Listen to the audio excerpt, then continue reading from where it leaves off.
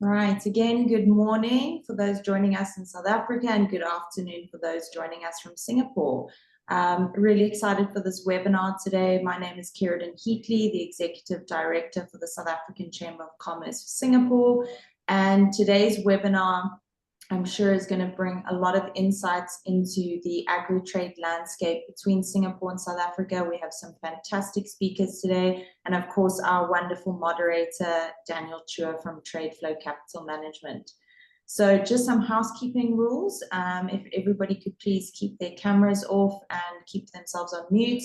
You can feel free to put your questions into the chat box, and if we have time towards the end, we'll answer the questions. The recording will be sent out to you after this event and the contact details for all the speakers today, so you can reach out to them separately. So with that, I will hand over to you, Daniel. Thanks very much, Kerry. Good day, everyone. It's 4 p.m. indeed in Singapore, 10 a.m. in South Africa, and a very warm welcome to everyone dialed in from around the world and from different time zones. Thank you for making time to join this webinar hosted by the Agri and Commodities Subcommittee of the South African Chamber of Commerce. In today's webinar, we will gain a foundational understanding of South Africa's agricultural sector and its relevance to Singapore's food strategy. We will learn about current trade focuses, volumes, and key opportunities for agricultural expansion. And we will understand the current trends, challenges, and opportunities in agricultural trade between our two nations. We have the pleasure of having with us today Tun Lee Ng, the founder of Venture Sense Private Limited. Say hi, Tun Lee. Hi everyone. Yes, Sibusiswe Maseko. She's Senior Analyst of Sustainable Agriculture at Green Cape. Good morning, everyone. Wonderful. And finally, Pradipto Biswas, the founder of Plataforma Asia. Thank you, Pradipto. My name is Daniel Chua. I'm the Head of Stakeholder Relations and ESG for Trade Flow Capital Management, and I have the privilege of being your moderator for today's webinar. Before we begin the webinar, please allow me to introduce our panelists further. Tun Lee Ng is passionate in solving real-world problems with innovative business models. She is the owner of Venture Sense Private Limited, incorporated in Singapore in 2016. Venture Sense, a member of the Singapore Business Federation, commercializes ventures across borders, currently incubating co-working model farms and improving trade and investment between Singapore and the Philippines. Her biomedical commercialization company, BioXL Asia Private Limited, is in the space of diabetes, cancer, and longevity. Shokes Films Private Limited was recently incorporated to produce a feature film about cancer and longevity in collaboration with Hollywood, supporting biomedical companies and the National Cancer Program. So a very diverse and interesting background. I'm sure we'll have very interesting insights from her. Sibusiswe Maseko is a Senior Analyst in the Sustainable Agriculture Program at Green Cape. The Sustainable Agriculture Program's main objective is supporting South Africa's agricultural sector to shift to more sustainable production systems. This is conducted through a number of different data gathering exercises, engagements with government research institutes and businesses to discover investment opportunities within the sector and compile those insights into knowledge products such as market intelligence reports, industry briefs, case studies, and so forth. As such, Sibusiswe has developed specialist skills in project management, stakeholder management, business development, data collection and analysis, technical report writing, problem solving, and strategic planning. In 2023, Sibusiswe was selected as a winner for the Mail and Guardian's Greening the Future Award in Sustainable Agriculture. So with a very, very storied background there, certainly a lot to learn from her. Finally, Pradipto Biswas is a serial entrepreneur and founder with zero hesitation of standing up for what's right irrespective of the consequences, as courage is not determined by being told what to do, but to stand up and to do what is right. He drives change through real impact in food, energy, and water systems with fellow like-minded drivers, connecting smallholder systems to decentralized and centralized methods, and scaling through to markets is both a skill and a passion for Pradipto. As principal of a diverse group of verticals, including one of India's largest multi-line coconut processing plants, Pradipto is well known and enthusiastic for economic potential of real impact at the ground level. He is actively focused within investing and mentoring operational cross-border businesses in the food, energy, and water space for turnarounds and livelihoods. So before we have our presenters, I'd like to share the format that each of them will be giving a short 10-minute presentation, followed by a panel discussion with Q&A. On that note, without further ado, I'd like to hand our virtual stage over to our first speaker, please, Tun Lee. Okay, hi everyone. Today my presentation is about the situation with Singapore when it comes to food security and resiliency. Next slide, please. Okay, when it comes to food security and resiliency, it means very differently for all of us. So the question is, what does this mean to you? Next slide, please. So for some of us, and depends on where you're at, it may mean something to get by when it comes to food security and resiliency. For others, it may mean just enough to fill the stomach, all right? And there are others who think that food security means nutrition. Do I get enough nutrition from the food that I'm consuming? Others may look at food security in terms of mindful eating, being conscious of where they're getting their source of food from and how the food is being produced. There are others that look at it from a lifestyle perspective. Food security could be, I'm a vegan, you know, and so that would be that lifestyle angle. And for others, food security and resiliency is an identity, something that they could identify with and forming a community around that. So what does food security and resiliency means to you? Next slide, please. So when it comes to Singapore as a country, when it is food security and resiliency, as you know, Singapore is a very small country, so we don't have a lot of land to produce food. So what we do is that we diversify our import sources. Okay, so for example, when it comes to hand-shell eggs, as you can see from 2021 to 2023, there are the top 3 countries that we're buying hand-shell eggs from: Malaysia, Singapore, Thailand, and also from Poland. So you can imagine we are actually importing eggs as far as a country from Poland. Recently, we're also buying eggs from Ukraine. That's in a smaller amount. Next slide, please. And when it comes to diversifying import sources, these are other numbers, as you can see, in terms of the quantities and the food types. Next slide, please. When it comes to local production, we have hand-shell eggs being produced here. Okay, seafood, prawn, fish, okay, and vegetables.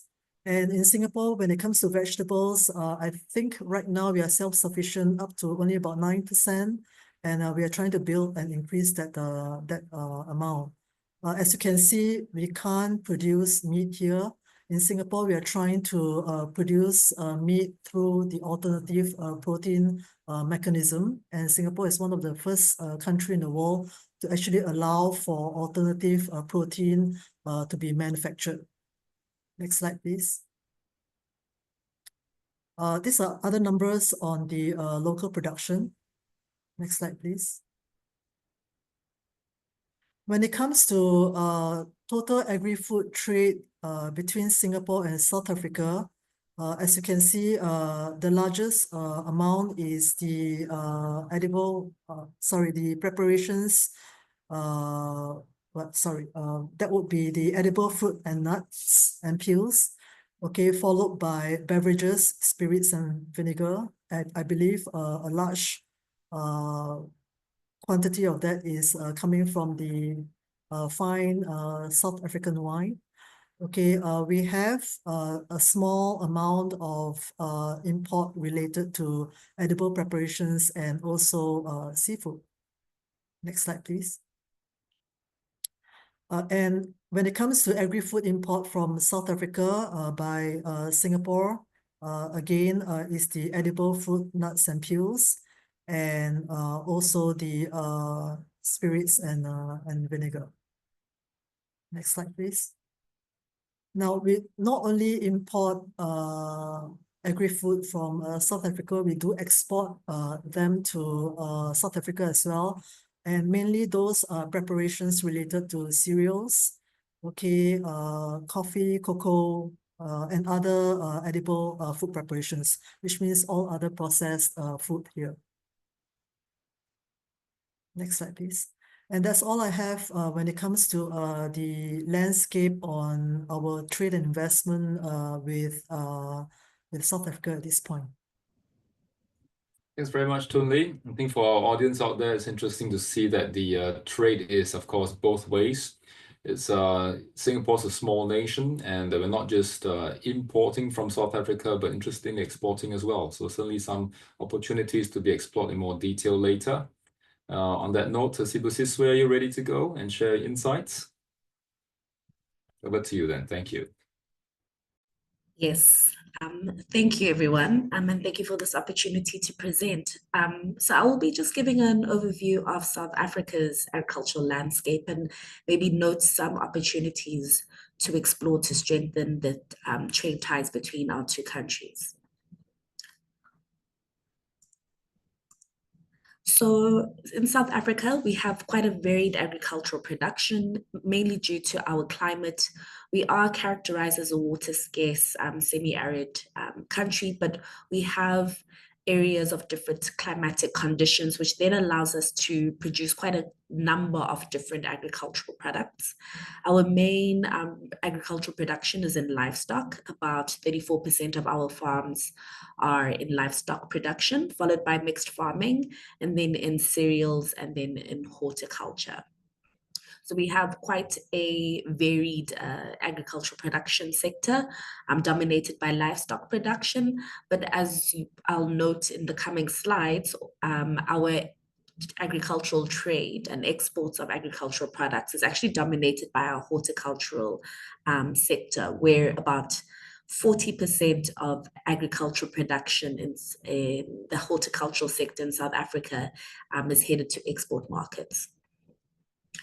So as you can see, if we were to look at the exported value of agricultural products in 2023, it's dominated by your edible fruits and nuts and peels of a citrus fruits or lemon. It came up to about $4.3 billion in 2023. And if we were just to take a deeper dive into what those products were, they were mainly citrus, followed by your grapes, your apples, pears, semi-tropical fruits like your pineapples, guavas, avocados, mangoes, and then some nut production as well. Other top exports that we had were in cereals and beverages, as alluded by Tun Lee. Our South African wine is quite well received internationally, and then so beverages and spirits as well.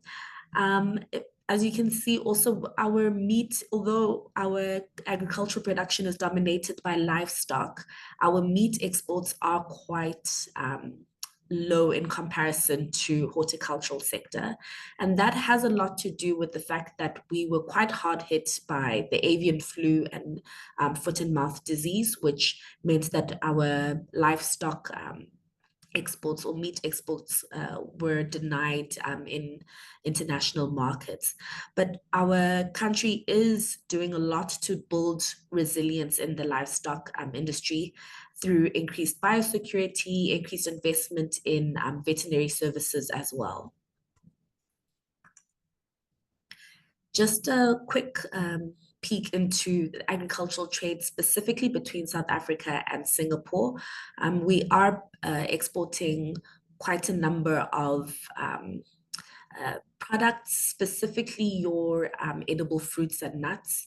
So that's more your citrus, palm fruits, fresh berries, grapes, stone fruit as well.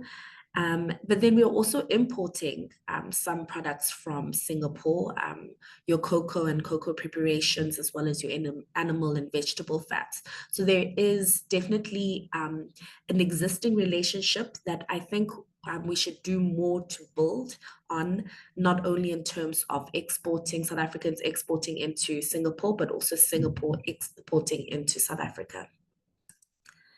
Our country has also been focusing a lot on growing trade with Asian countries.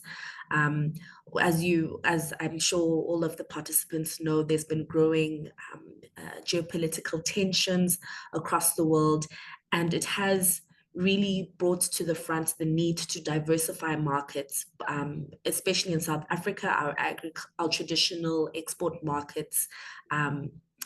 We need to diversify the markets into which we are exporting. And so there's a number of efforts that the South African government has been making to establish ties with the Asian countries. We've recently reopened the apple market in Thailand, as well as the beef market in China. And then we also recently sent through a trade delegation to Indonesia to set up more ties for exports. So I think efforts like this are really important to see how we can drive greater exports and imports into each other's countries. And then lastly, I think when I've been talking a little bit more about agricultural products and our import and export of those, but I think there's also quite a significant opportunity, particularly for Singaporean SMMEs, which deal with ag tech to export their products and services into the South African agricultural market. The figure on the left-hand side shows a breakdown of agricultural investments in the last 10 years. And as you can see, a significant chunk of that has been into ICT services, and then to a lesser extent, machinery and other equipment. South Africa isn't quite very skilled in the ICT space. I'm not as skilled as Singapore. And so I think ag tech companies in Singapore, which deal with the Internet of Things, ICT, sensor technologies, really would find that there would be quite a significant market in the South African agricultural sector that they could export their services and products to. Thank you very much. Thanks very much, Ibu Sisue. That was a great overview indeed. And a little later on, let's have a deep dive into, I was thinking, for such a large landmass as South Africa, there's got to be, different climates, microclimates, we call them as well, existent. It's got lots of coastline. So let's have a better look at, in the meantime, you could prepare what Pradipto was speaking, some thoughts on the specific produce that is available through these zones as well. And you've also mentioned the ICT opportunities. And of course, we know that technology, digitalization can lead to improvements in yields and outputs, in even the storage, preventing spoilage. So these are things which we'll talk about a little more. And of course, now we move to Pradipto. So I believe Pradipto is going to share more about the supply chain aspects of the agri-trade between Singapore and South Africa, which is, as the crow flies, as they say, 9,207 kilometers apart. Okay, so Pradipto, please share how we can bridge this physical distance, bringing the agri-trade between these two nations together. Over to you. Right. Thanks, Daniel. Thanks, Tunli, and thanks, Shibisue and Kerry earlier. Trade primarily between South Africa and Singapore has blossomed the way it can, given the fact that South Africa is a primary producer of a large amount of agri-produce, and Singapore happens to be the best entrepot in the region in Asia. Now, being an entrepot port has a lot of advantages, but for reasons unknown, I would put it that way, you have a lot of South African traders who have not really used Singapore's locational advantage as a transshipment hub. Now, you have a lot of South African exports, primarily in agri, which are flowing from South Africa to India, South Africa.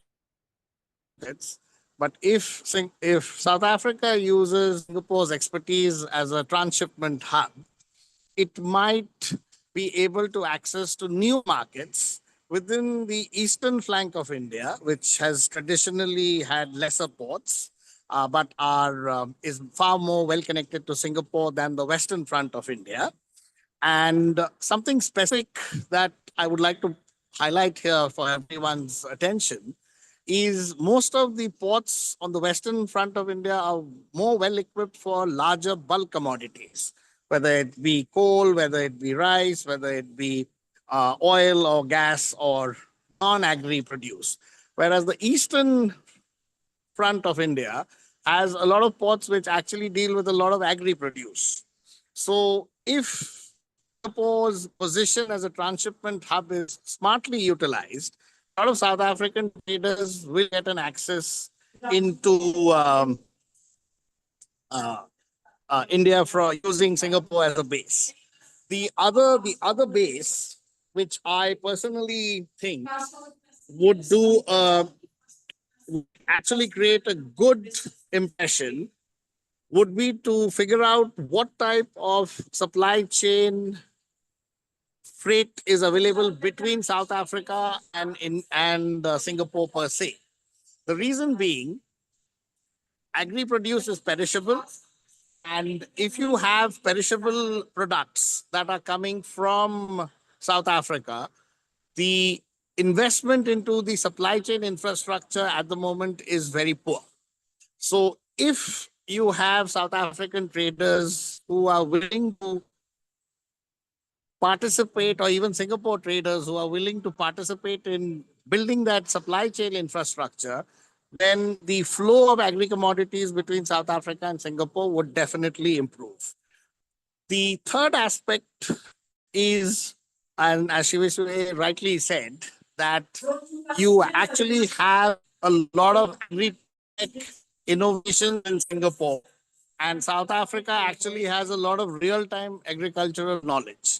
So the transfer of knowledge both ways, that is what technology is actually needed to grow, which a farmer can explain what his pitfalls are, and simultaneously the ability of innovative technocrats in Singapore going to South Africa to actually implement those technologies would give them access to a farm or a farm level access. So these three would be the pillar points that I would suggest everyone to have a read through and a look through on. And wherever there is food, there is therefore a need of water. And South Africa has a challenge in water. It is actually, it's a great opportunity for Singaporean water companies to actually go and solve for water, because without water, you can't really grow food. And the two aspects actually go hand in hand. And the third element of it is basically energy, because to get clean water or water that is of good use to grow crops, you do need certain methods to clean the water that is getting discharged or the water that is there in the rivers, lakes, and ponds. So therefore, the three aspects of food, energy, and water are three things where technology from Singapore can be actually implemented on ground in South Africa, and thus giving you a new source of food in return, which is steady and stable, with supply chain that is probably owned by the constituents in the respective countries. That way, trade will increase and consumption will be there, because consumption is what will bring a businessman or a trader to come to a new city. So it's very important that there is consumption at both ends of the person who's selling and the person who's buying, and vice versa. So these would be my main inputs for this webinar. Thanks very much, Pradipto. I think you've made a very clear connection between the kind of produce, the kind of vessels needed, the kind of port needed to receive those vessels and to handle the shipping of these commodities between South Africa and Singapore, and vice versa. Right, so therein lies the supply chain, which obviously, as you put very rightly, still has certain gaps to fill. Right, and this is something which I hope some of the listeners out there of the webinar could have a solution for. because we've got the produce in South Africa. I'll give some statistics shortly that without the right supply chain, we find it quite difficult to come into Singapore. For example, of the key exports from South Africa to Singapore, edible fruits and nuts were in 2023, 55.16 million. Beverages, spirits and vinegar, 18.11 million. Vegetable, fruits and nut preparations, 3.56 million. And at the bottom of those numbers, right, we've got fish and crustaceans. So my point to Sibu Siswe earlier was, South Africa is surrounded by so much coastline, right? So much seafood could be produced, and yet the export quantum to Singapore is quite low for people who I see from stats consume about 120,000 tons of seafood a year. So that could be an opportunity as well. And not to forget, since I speak on behalf of Trade Flow Capital Management now, other opportunities between increasing the flow of trade between South Africa and Singapore lie in the realm of finance, right? There's a trade finance gap, obviously. There's also not just the SMEs in the production of commodities that need the financing, but we need finances for the entire supply chain, I suppose, as well, right? Which I think Tun Lee and Sibu Siswe have mentioned. You need people who invest into the ICT aspects too, as well as the supply chain, the shipping, the ports. These are all areas. So let's have all of our panelists come together now. Pradipto, if you don't mind, it's always good to speak to your very friendly face. So now let's jump into the Q&A, section of our webinar. And I see one of the questions come in, and this is something open for all of you. Given everything that's been shared so far, what is the lowest hanging fruit you see, the biggest gap that can be filled at this point in time, you feel is the biggest problem otherwise that could be addressed in improving agri-trade between Singapore and South Africa?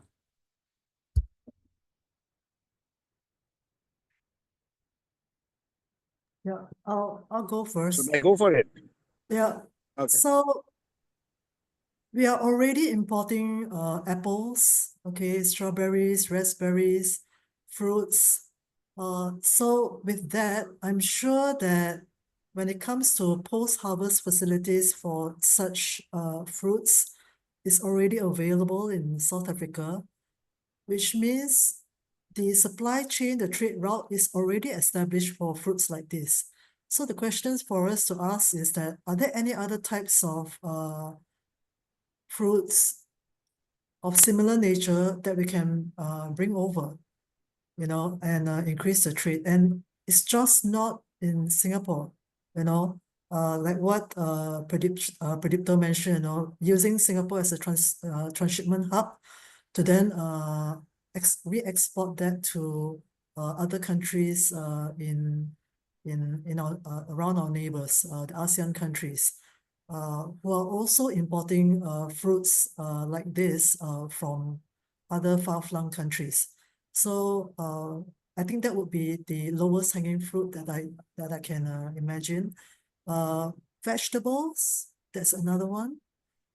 Sibu mentioned horticulture being the largest export, and I presume that could be going to Europe. Singapore actually import a lot of flowers as well, horticulture items. So maybe that's another area to look at. Thank you. I mean, pun intended, right? When I say lowest hanging fruit, and you mentioned that fruit would be area to look at. For example, Singapore does import lots of avocados, and they come from Latin America in many cases. Sibu Siswe, are you able to share something about avocado production in South Africa? Obviously, it takes a lot of water. So, would you say that would be one of the low-hanging fruits, that could be taken advantage of? Absolutely. We've just recently seen some data around production areas. So in recent years, we've had new plantings of avocado trees.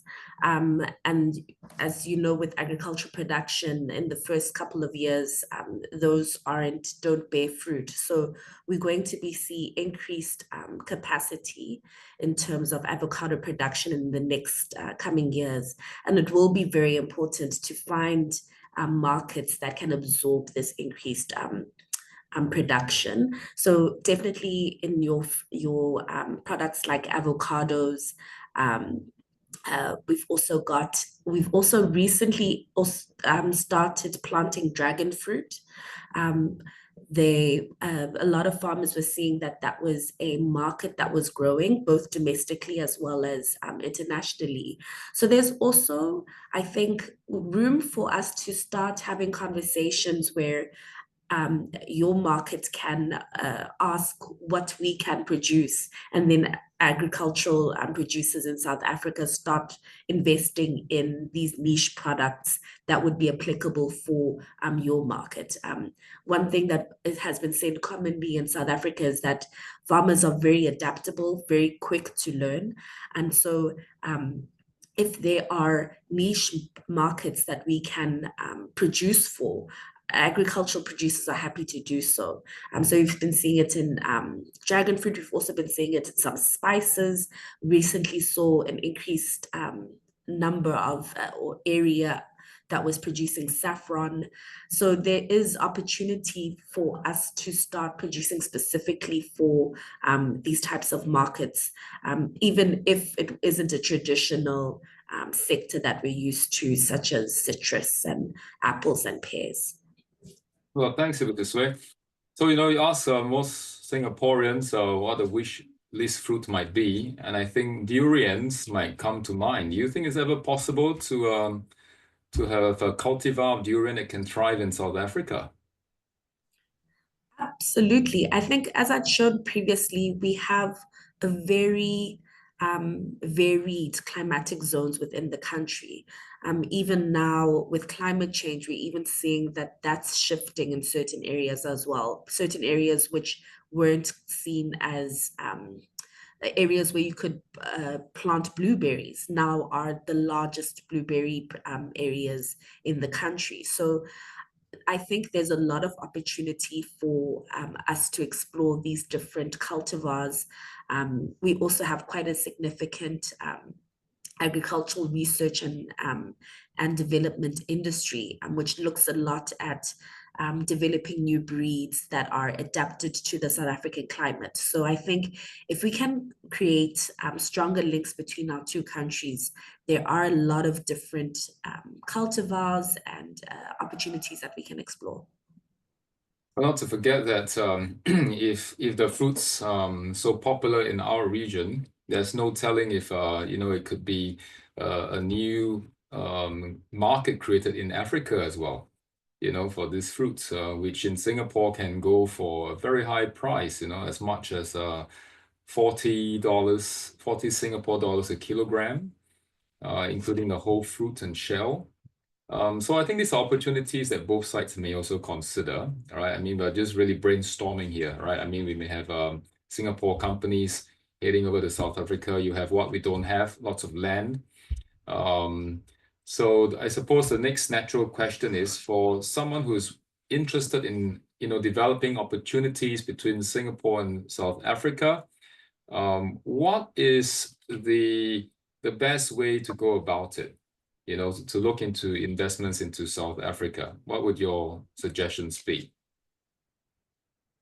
I'll take that for the simple reason that in the last 1 year, we've incorporated 4 entities in South Africa.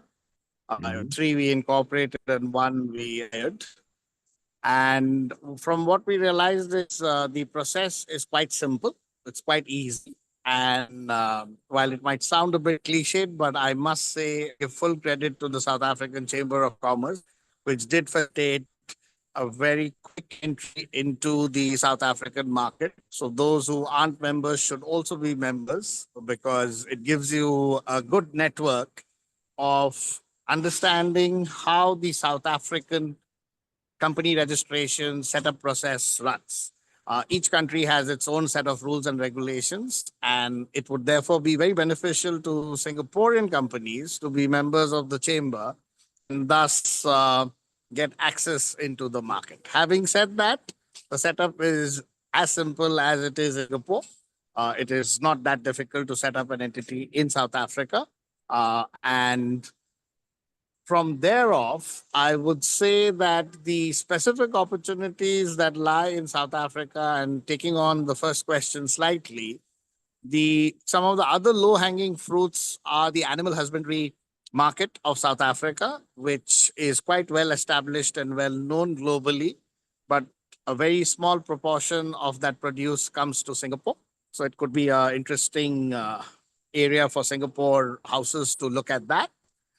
And the second area that will be of advantage to Singaporean businesses investing in South Africa would be in looking at creating their own warehouse and packing and grading facilities in South Africa, because that would allow them to better service their market back home in Singapore as well. And it would also create investment in South Africa to preserve these produce and to keep it in a nice way, which is the proper warehousing, because Singapore is actually very efficient in warehousing and warehousing technology, and nations like South Africa can use that. Investors from Singapore can invest in warehousing, a subject that they know well, and thus both parties get a benefit out of respective interests.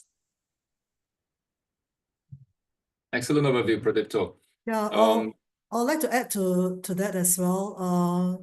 Singapore being very good in R&D, as even in the agri space, coming up with different seed varieties, things like that. I think there's a lot of opportunities for South Africa companies to co-develop even seeds and do other R&D together with Singapore. And of course, Singapore companies would like to penetrate the African markets via South Africa. I think that working with doing some R&D, test pilot, and test bidding of their technology in South Africa, I think that would be one of the main area for collaboration. Sibu mentioned ICT. Okay, and this is something that I'm trying to develop that as well, to look at plant health, especially for vegetables in greenhouses, and just by using sensors. And this technology is being, how do I say, invented by NUS, which is a National University of Singapore. And just by using sensors, we could actually tell the state of the plant, meaning the plant can actually talk to us, okay, in real time, whether or not they're getting enough sunlight, water, or they have a pest infestation, things like that.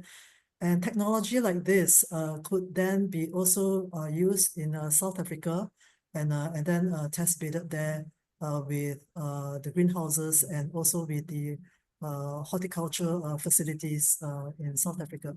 So these are some of the opportunities that I think Singapore could actually work with South Africa. From a market entry standpoint, I agree with Pradipto. I think the South Africa Chamber of Commerce is the first stop for us to then look for reliable partners for you. Okay, that will be the first one. And for the Agri and Commodities Subcommittee, we are also looking at how we could do business matching, have in-person event in this sector for anyone who's interested to do more trade and investment in the agri-food space. I think this is, please approach us, and we can let you know how you can get involved in our in-person meeting, and also perhaps setting up a delegation to visit South Africa as well. Thanks, Tun Lee. Indeed, lots of business to be done together. And of course, thank you for sharing very warmly. It feels like, the Agriculture Subcommittee of the South African Chamber of Commerce is very keen and willing to make more friends and buddies, right, to grow agri-trade together. Pradipto gave a great overview, as you have, about the opportunities. And I think indeed, with the water being a challenge, with the clever use of technology, you can actually have less water, utilized ultimately in agriculture, which would be, a good way of complementary, I would say, skills as well as requirements, Singapore vis-a-vis South Africa. So we've looked at the opportunities so far, right? I mean, we've seen a very glowing, beautiful picture of what could be. But let's also look at the more realistic side of things, right? So we give a complete picture to our webinar viewers out there. What would be the key challenges you foresee in trying to foster these collaborations, and how would you overcome these? Pradipto, you seem to have a lot of recent experience. Perhaps you could start first. Yes. So one major aspect that will play out in everyone's mind and has already started playing around is this whole situation about how tariffs will come across in the world. And now each country is free to do its own tariffs, and within its world of geopolitics, how it will play out, only time will tell. So having said that, there are primary exports that go out from America, and there are primary imports that go into America. And similarly, every country would eventually need to build up a system of its own, especially in food and agri space, because that fundamentally affects everybody on a daily basis, to create a solution that would work even if tariffs were imposed for other considerations. Because geopolitics leads to trade imbalances. Trade imbalances typically are challenged during tariffs modern context. So given that country would, and every business must be agile in thinking and come up with thus product solutions which therefore attract the tariff at a point where the tariff does not really affect the core existence of the business. Now, it sounds easy, but it has a complex set of equations that need to be understood. And in that regard, South Africa is actually uniquely placed because it's by far one of the most progressive progressive countries in Africa. And with its positioning at the point where it's at the crossroad of Americas on one side and crossroad of Asia literally on the other side, as it positions itself, if it gets its agri-produce machinery moving. And how I put it is, I put it in the fashion of, if you change the perspective of how you think, your vision will be different. So all of us, or a large proportion of the world, like to mainly look at how it is and just carry on with how it is, or a marginal improvement in how it is.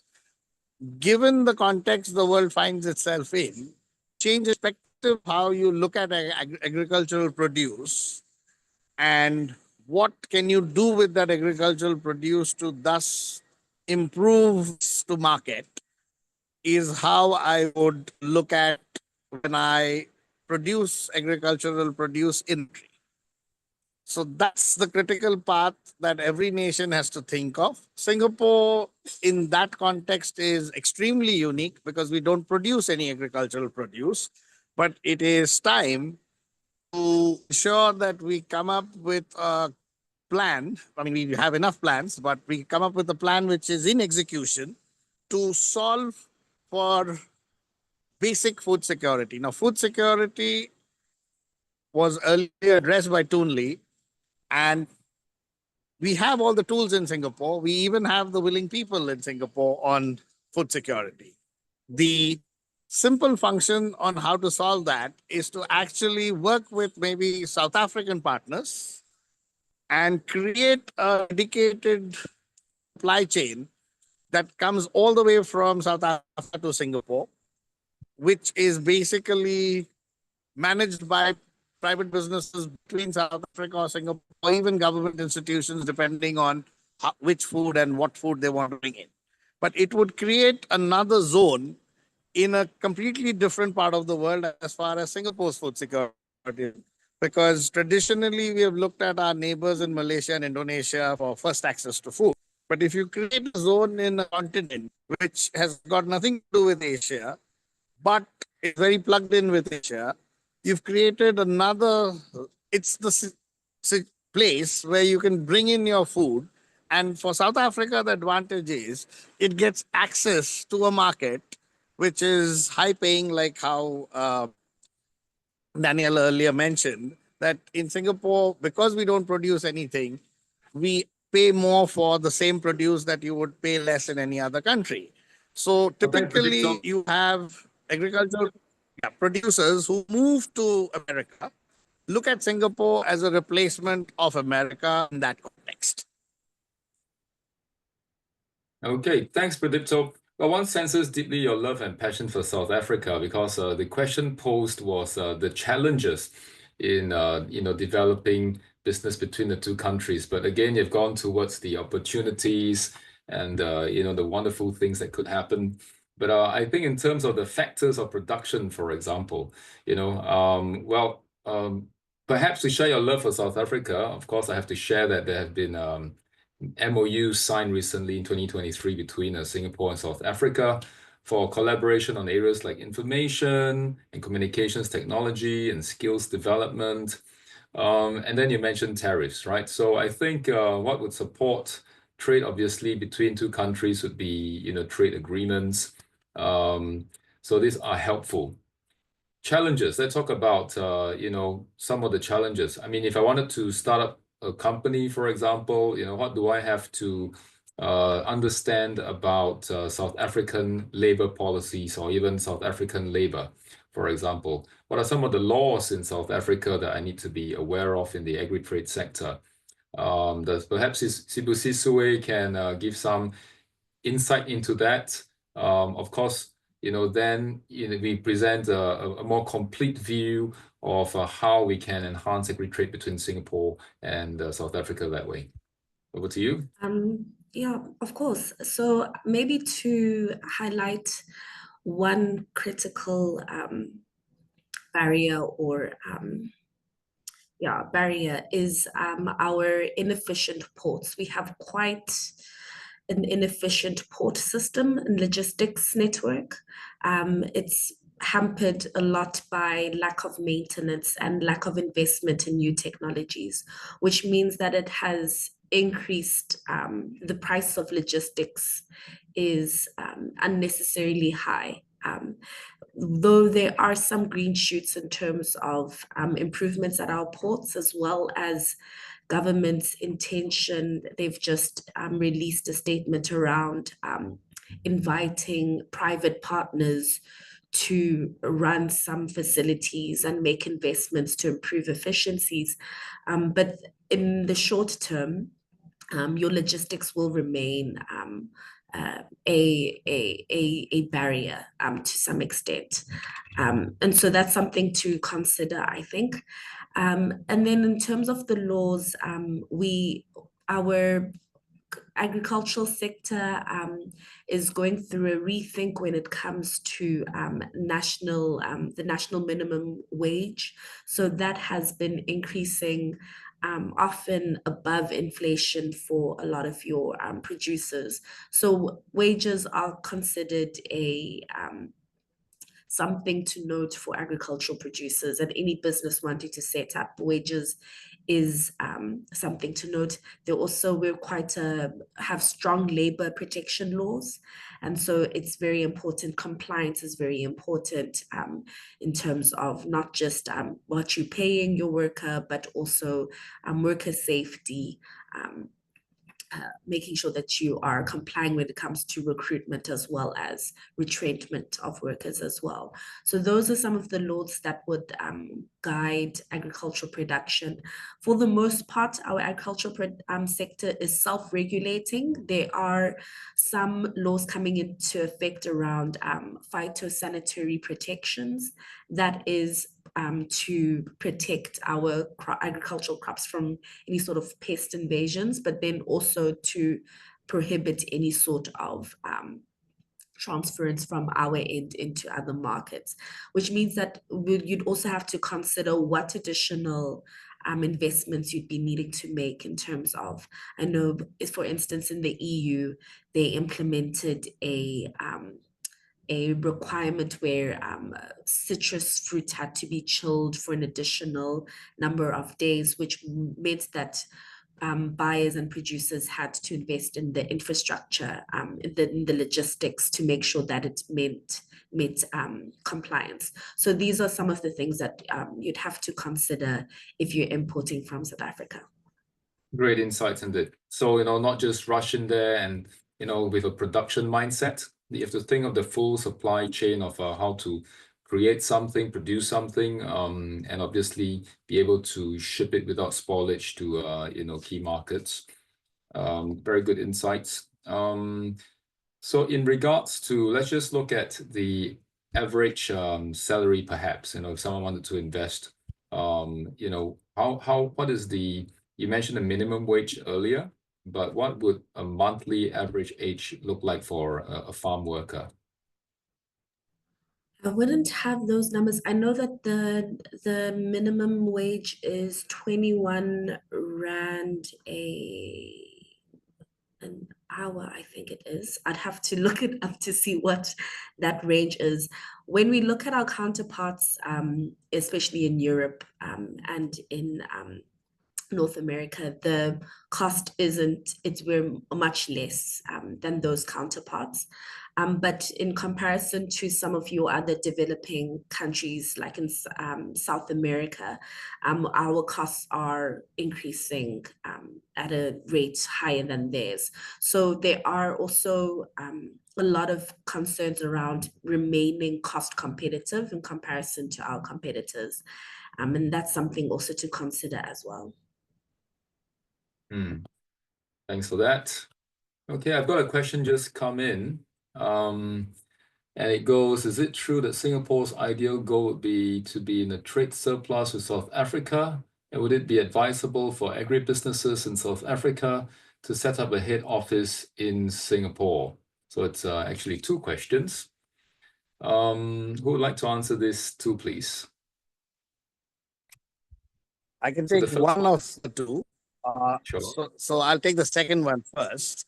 And it would be great for South African medium-sized and large agri-businesses to set up head office in Singapore. Singapore does provide extremely competitive head office as well as regional office incentives.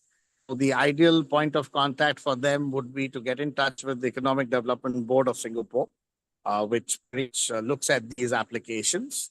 And the advantages that South African businesses would get by coming into Singapore in this context would be to get better access to trade finance opportunities. Because there's a lot of trade financing banks as well as trade financing institutions and modern day trade finance supply chain funders who are all headquartered in Singapore. It thus gives you access to meet with financiers, which are also a very critical part of developing a steady and a scalable agri supply chain. Thanks, Pradipto. And for the first question, I do have some thoughts there, but of course, I'm the moderator and you're the panelist. Well, I'll take that. Sure. So I think Singapore and the region hasn't been trading enough with the African continent. And with South Africa, I think that would be the gateway, being that South Africa and Singapore both Commonwealth countries. So in terms of laws and regulations, we are pretty much, we understand how it works. And both are also very cosmopolitan in a certain way. So I think that would be good. I did chance upon a short conversation with the Minister of Trade and MTI, I think. Sorry, Mr. Alvin Tan. And when I mentioned about South Africa and try to increase trade between the two countries, he was really very supportive on this front. So I think going forward on the longer term, we should encourage such trade to happen between both in that manner. Thanks, Tun Lee. And of course, we've got the 30 by 30 goal. I would say that in terms of a trade surplus, I think of food resilience for Singapore is obviously of a vital importance. And as of now, 90% of our food is imported from about 187 countries, as the statistics show. So it's a very strategic relationship that we have with South Africa in terms of food resilience, for sure. And we've spoken before also about the different core competences that two nations have. So of course, whilst we can have a trade surplus in one area, of course, versus the different industries that we'll be exchanging activities on, there's a good flow of business, I would say. Yeah, that ultimately benefits both economies, obviously.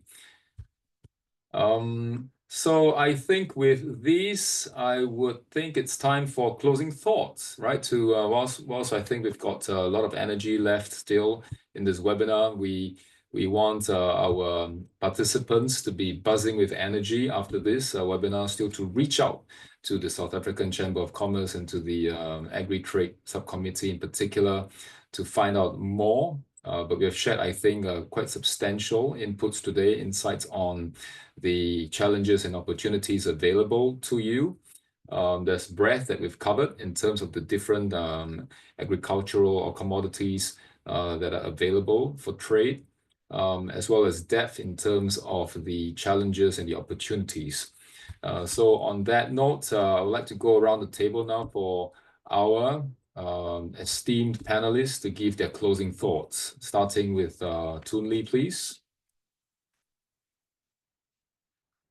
Yeah, I think if you can iron out the challenges, okay, and especially when it comes to the animal husbandry angle, okay, the diseases, and also the trade routes, logistics. I believe there's a lot more that we can actually do when it comes to trade and investment between two regions, that is Africa and also Southeast Asia. There's a lot that we can do, and we can then use South Africa and Singapore as the hub for these two regions. There's a lot that we can do when it comes to this area. Thanks, Tun Lee. Sibu Sisue. Yes, I'd like to reiterate what Tun Lee has said, as well as to say that it's quite interesting that we've also got these complementary advantages and disadvantages, and how this type of link can ensure that we are able to overcome our barriers or hurdles by taking advantage of each other's country competitiveness.